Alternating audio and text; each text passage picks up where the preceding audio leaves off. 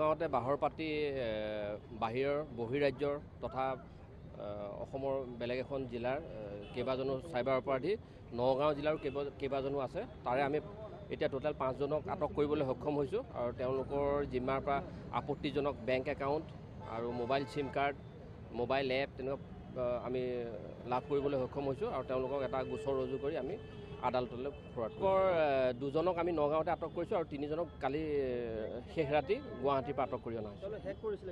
হয়, তেওঁলোকে হেক কৰিছিলে আৰু বিভিন্ন ধৰণৰ ৱেব পৰ্টেল আৰু এপ ইউজ কৰি পইচাবিলাক তেনেকৈ আত্মসাৎ কৰি পেলাই তেওঁলোকে নিজে ইউজ কৰি আছে।